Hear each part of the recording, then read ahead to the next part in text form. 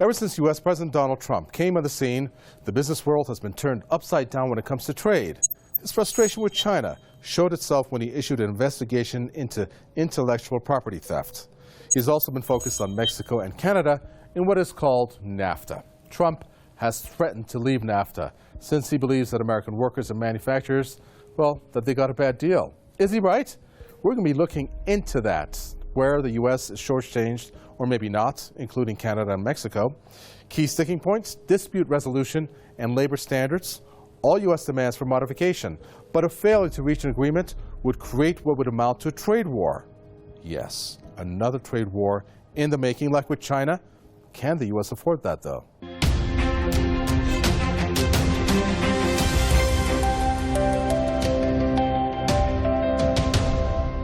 The basic premise for the U.S. to want to get out of NAFTA is that the U.S. is being ripped off, from jobs to manufacturers. Now, does Trump have a point?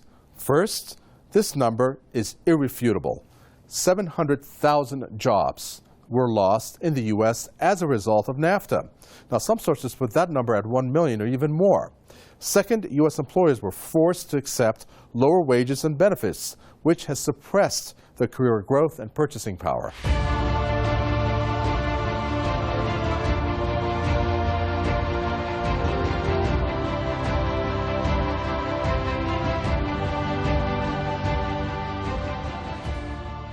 During his election campaign, Donald Trump promised repeatedly to reset NAFTA, the North American Free Trade Agreement. I'm going to renegotiate NAFTA, one of the worst trade deals ever signed in the history of our country, perhaps the worst ever signed in the history, frankly, of the world.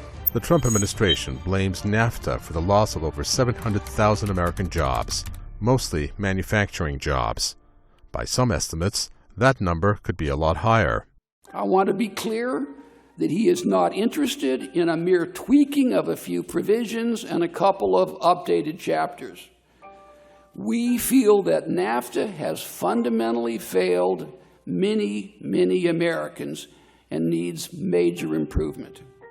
Any NAFTA party can pull out of the agreement within 6 months. However, Trump's rhetoric is unlikely to translate into action. For one thing, the president seems unable to receive the congressional approval that he would need to act on a major trade agreement. Many experts believe Trump's NAFTA tactic is just a game of bluff in order to gain leverage in the ongoing talks with Canada and Mexico in order to get his renegotiation objectives met. We've always had kind of a mixed interpretation of exactly what Trump wants. I think he's threatened to leave NAFTA, but I think that he knows that basically it would be against everybody's interest, including the United States, to actually abandon NAFTA. Trump also blames the treaty for the $60 billion annual U.S. trade deficit with its southern neighbor Mexico. But is that so? The trade agreement itself is only going to make a marginal impact on our overall trade balance. Much more important is what we do at home in terms of our own fiscal and monetary policies that will affect overall economic activity in our countries, and that will determine whether we run trade deficits or surpluses. By keeping his promise about NAFTA, perhaps Donald Trump is more concerned about his re-election results in key constituencies where NAFTA has had negative impacts. In fact, Trump has only one audience, and that is the electorate.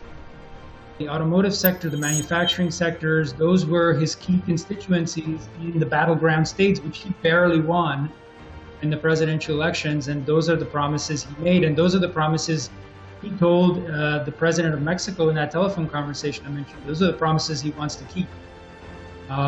Obviously, setting his sights for a re-election in the next election cycle. Now, in terms of the other sectors that have been impacted by NAFTA that he really doesn't show much concern for because most of those sectors are not key constituencies.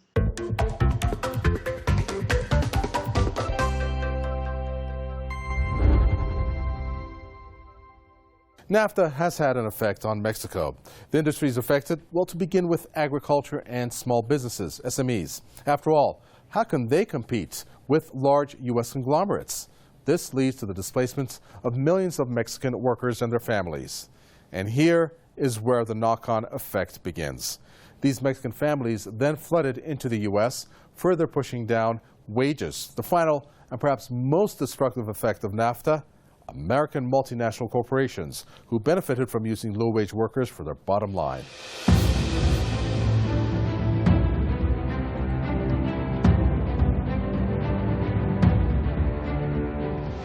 The 23-year-old agreement, NAFTA, is now on the table for further serious reforms and updates. For countless Americans, this agreement has failed.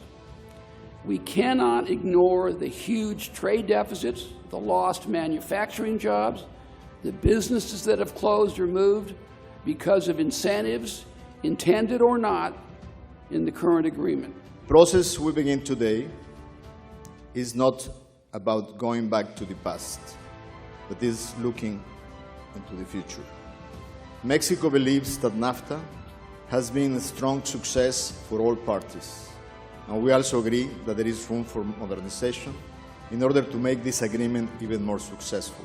Canada doesn't view trade surpluses or deficits as a primary measure of whether a trading relationship works. Nonetheless, it's probably worth pointing out today that our trade with the U.S. is balanced and mutually beneficial. Since the inception of NAFTA, Mexican workers began to face financial hardships as wages and benefits began to fall behind worker productivity. Currently, there are about 20 million people in the country with food poverty, that is, without enough money to buy daily food. Mexican government policy has always been to keep its wages low to attract foreign investment. Mexico bet on this policy basically since the early 1990s, even the late 1980s. But definitely NAFTA was key to this policy to keep wages low, to attract foreign investment, to make Mexico a desirable location for companies because of the low wages. In fact, after NAFTA, workers' living standards all across North America began to undergo drastic changes.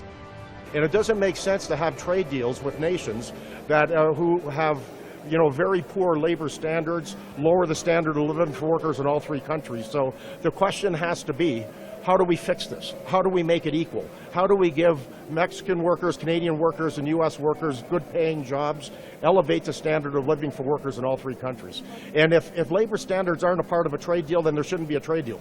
The central goal of NAFTA, to expand trade, or was it? We think trade, whether it be NAFTA or elsewhere, is a good thing. But a trade agreement that is now 2 decades old and still the subject of debate. NAFTA's purpose, to free corporations from U.S. laws. So 20 years later, Carla Hills, what did NAFTA do? NAFTA was a first-rate trade agreement in 1994 when it went into effect. What did it accomplish? It eliminated industrial tariffs. It opened up the agricultural market. Benefits to flow to capital, the cost to labor. Trump better be careful. The president encourages lively discussion. One way or the other, Mexico is going to pay for the world. He will renegotiate NAFTA. It may be through reimbursement, but one way or the other, Mexico will pay for the world.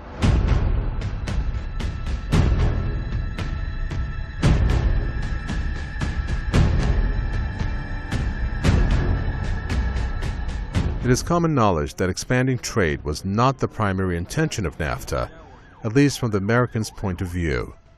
Besides opening up the Mexican market, with NAFTA, U.S. companies could have more control over unions. The United States should be interested in a free trade agreement with Mexico for the purpose of doing a couple of different things. One is to actually control unions in the United States. So to have leverage against unions in the United States and to undermine their power, one should have the ability to move companies to Mexico. So to give the companies that leverage to then eventually undermine American unions. In hindsight, NAFTA's central purpose resulted in freeing American corporations from U.S. laws protecting workers. But the decline in labor protection had already begun before NAFTA, as a result of systematic change in the U.S. labor structure. The decline in the ability of the unions to protect their workers and the decline in worker protections under the legislation is a direct result of a very unfortunate trend of deregulation in the United States, which began even before NAFTA, in the Reagan era, and continued during the Bush era, and was not reversed during the Clinton and Obama years. NAFTA strengthened the ability of U.S. employers to force workers to accept lower wages and benefits. The result has been years of stagnant wages and the upward redistribution of income, wealth, and political power. NAFTA was in fact the template for rules of the emerging global economy, in which the benefits would flow to capital and the costs to labor. The corporate lobby in the United States has made it their mission to win over essentially government officials and political leaders to their ideology, which is that workers essentially should get paid a little bit, should have a smaller share of the profits, and most of the profits should go to the so-called job creators. In addition, the destructive effect of NAFTA on the Mexican agricultural and small business sectors has dislocated millions of Mexican workers and their families. It has been a major cause in the dramatic increase in undocumented workers flowing into the U.S. labor market. No hemos tenido ningún beneficio en 23 años de aplicación del Acuerdo de Libre Comercio. Hemos tenido, por el contrario, grandes prejuicios en seguridad, en alimentación, en abasto, en producción, en ingreso económico, en migración, en violencia, en inseguridad, en miseria, en desempleo.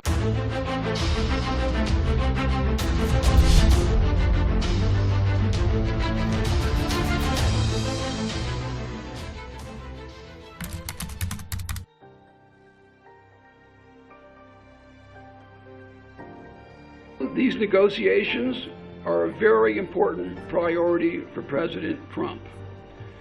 The American delegation is focused on expanding opportunities for American agriculture, services, and innovative industries.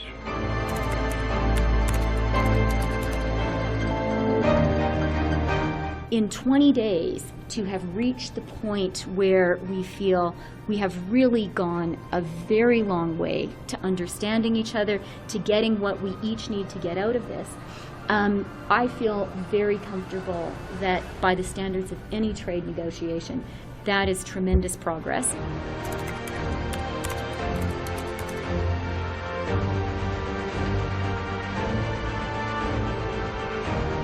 El objetivo de toda negociación comercial es tener un impacto favorable en la calidad de los empleos generados y en el nivel salarial y el nivel de los salarios que ellos implican.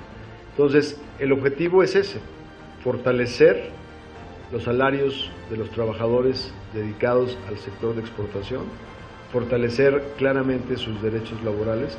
Es un objetivo que los tres países tenemos en común.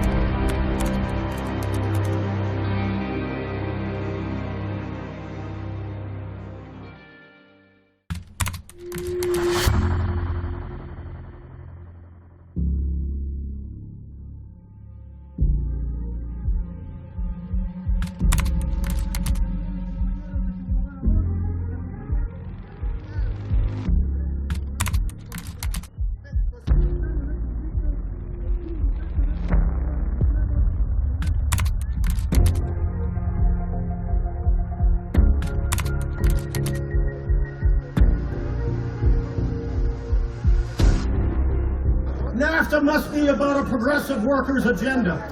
It must be about raising wages for Mexican workers.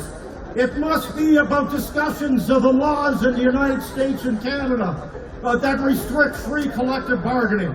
We must demonstrate our collective power of workers and send a message to all governments that the time of siding with big business and the quest for more profits cannot be at the expense of workers in New Mexico and Canada.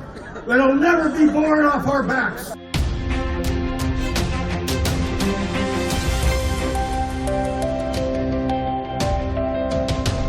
Well, it's time for the question of the week, and this is a very important one when it comes to NAFTA. Does each country forego tariffs on imported goods that originate from other NAFTA countries? Is it yes or no?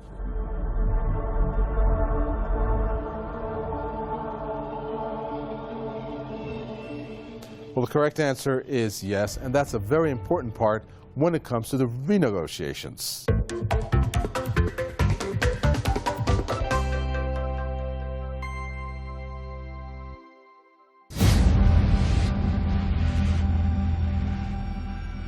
Okay, time for a quick breather. Coming up in the next half, the tri-party negotiations so far are not going smoothly, even though all parties want to reach an agreement.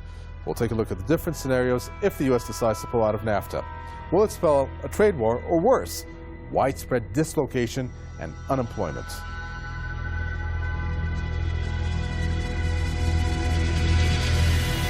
So what will happen if Trump walks away from NAFTA? Tariff increases from Mexico? That is guaranteed. And that is how a trade war begins. But the consequences, well, imagine the three countries' economies, they are so integrated. Wouldn't disintegration cause widespread displacement and mass unemployment? And that would in turn cause many Mexicans to perhaps come to the U.S. Maybe that's why Trump has said there needs to be a wall, one that Mexico has to pay for.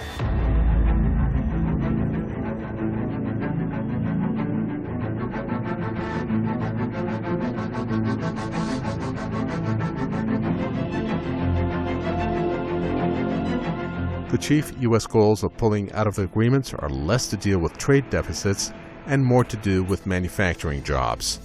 But the question is NAFTA a good starting point?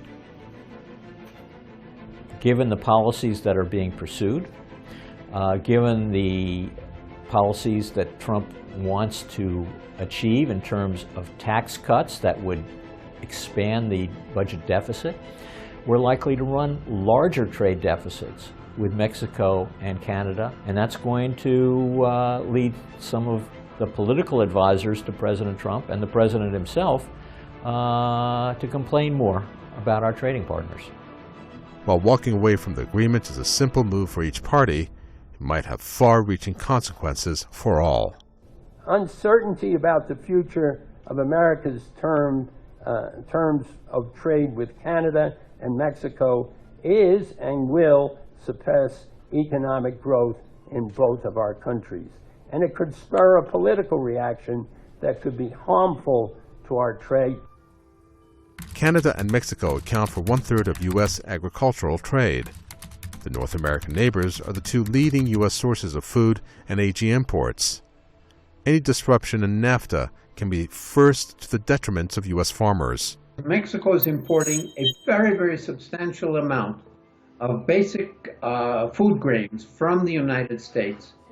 And Mexico has very readily the ability to change its suppliers from the U.S. market to South American producers who could produce as cheaply, and the only difference would be that there would have to be negotiations about about reducing tariffs on those products from South America.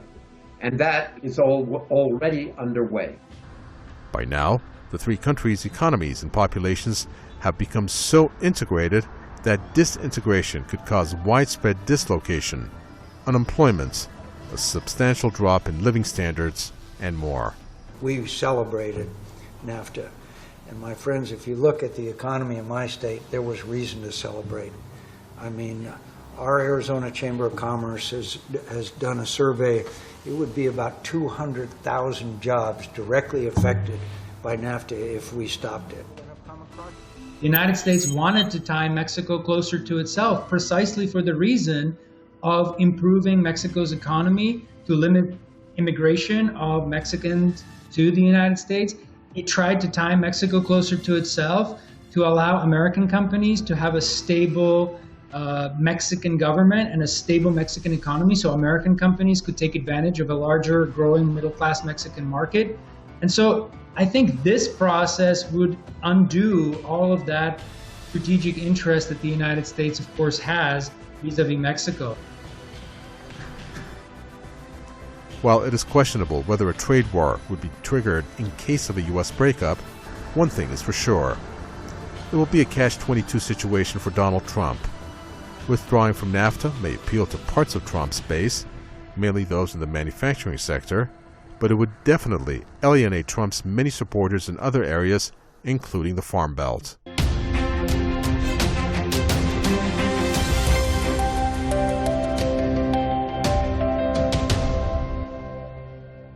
So, what are the chances of NAFTA actually succeeding? Well, if anyone is qualified for a response, it is this woman. She's the former U.S. envoy, and she was part of the original NAFTA talks. Ambassador Carla Hills, George H.W. Bush's trade representative during the NAFTA's initial drafting, which happened in the early 1990s. She said the chances for success was below 50%. Well, here's an entry from Breitbart. Wilbur Ross, Trump's Commerce Secretary. Trump is right about NAFTA. That's what he's saying over here. Well, of course he would say that. Well, he was also the one who, again, threatened Mexico to walk out of that deal. Two entries caught our attention, mainly for really staying updated on NAFTA. The first one, Played NAFTA. That's their name. Its coverage to have followed neutrality with some important facts, like this one. Canada is the #1 market for exports for 35 out of the 50 states in the U.S. Then this Twitter site, replacing NAFTA, it is where it stands. No ifs and or buts about this stance. It says that the North American Free Trade Agreement, NAFTA, was a radical expansion of corporate power that failed to deliver its lofty promises. One of its biggest requests came from AFL-CIO. The AFL-CIO, U.S.'s largest labor federation, demanding transparency in the renegotiations.